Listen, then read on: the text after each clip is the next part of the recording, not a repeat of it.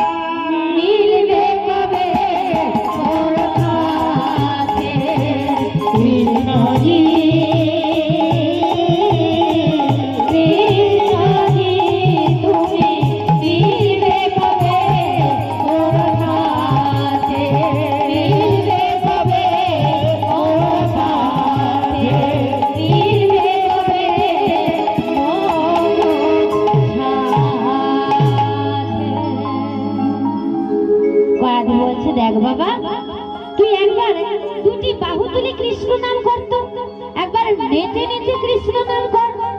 প্রহ্লাদ কি করেছে? বিষ খেয়েও মরে যায়নি, বরঞ্চ দু হাত তুলে প্রসাদের ওপরে মায়ের কানে কানে কৃষ্ণ নাম বলছে। মায়ের কানে কানে বলে কৃষ্ণ নাম,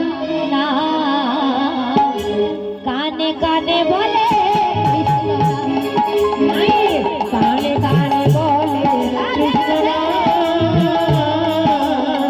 কানে কানে বলে কৃষ্ণ নাম, নেচে নেচে শোনায় কৃষ্ণ নাম,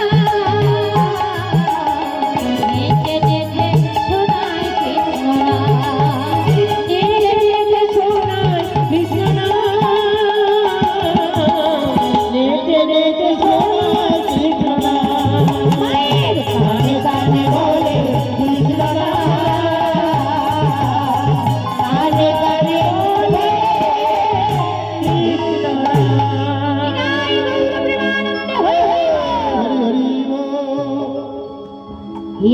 হিরণ্যকশিপু দেখলো যে বিষ খেয়েও প্রহ্লাদ মরে যায়নি, বরঞ্চ প্রাসাদের উপরে কৃষ্ণ নাম করছে।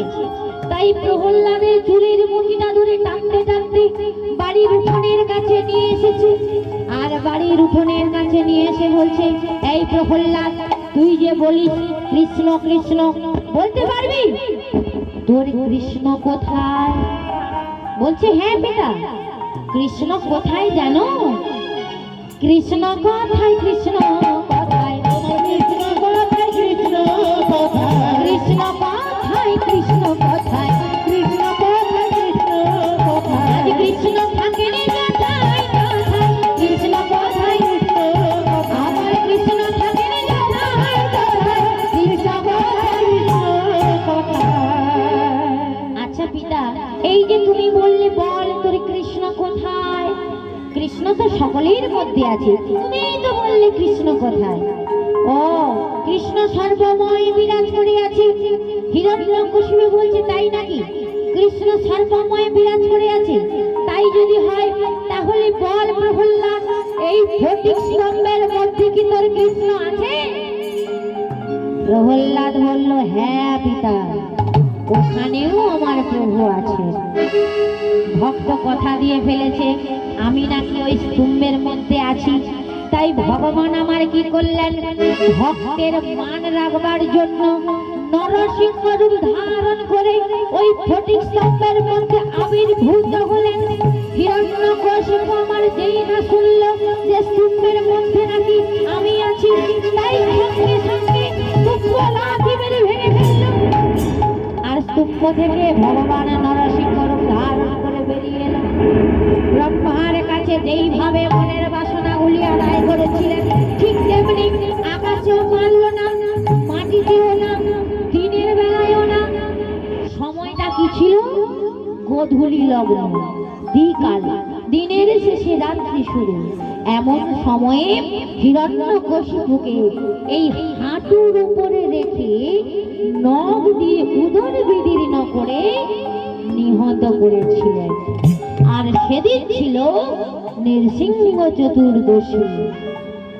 আর প্রহ্লাদ আমার প্রভুকে দেখে করজোড়ে প্রার্থনা করে বলছে, তব কর কমল বরে নখ অদ্ভুত সিংহ দলিত হিরণ্যক শিপু তনু ভৃঙ্গ দেশাবধিত নরসিংহ রূপ দেশাবধিত নরসিংহ রূপ জয় জগদীশ হরে জয় জগদীশ হরে জগদীশ তব জয় জগদীশ তব জয় জগদীশ তব জয়। প্রহ্লাদকে প্রভু বলল, প্রহ্লাদ, তোমার ভক্তিতে আমি সন্তুষ্ট হয়েছি, বলো তুমি কি বর চাও?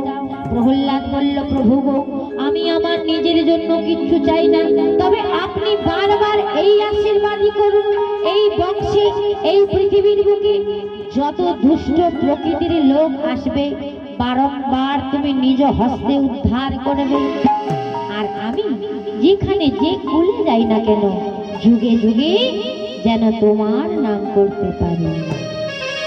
তুমি কৃষ্ণ ভগবান গো দয়াল, কৃষ্ণ ভগবান, তুমি কৃষ্ণ ভগবান গো দয়াল, কৃষ্ণ ভগবান, তুমি কখনো মনুষ্য কখনো কুর্ম, কখনো মনুষ্য কখনো কুর্ম, কখনো বরাহ কৃষ্ণ ভগবান, তুমি কৃষ্ণ ভগবান গো দয়াল, কৃষ্ণ ভগবান, তুমি কৃষ্ণ ভগবান গো দয়াল,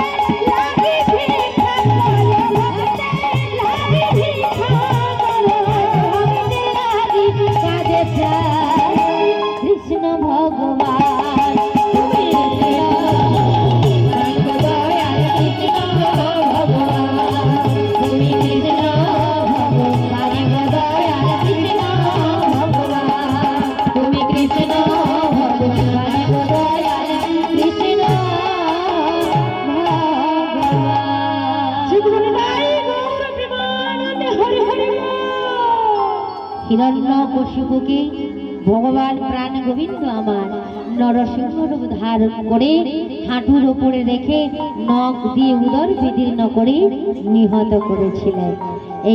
এইখানে বাবা ভক্ত প্রহ্লাদের নৃসিংহ অবতারের পালাখানি সমাপ্ত হলো। তাই ভক্ত আর ভগবান সবার মিলন হলো। ওগো ভক্ত আর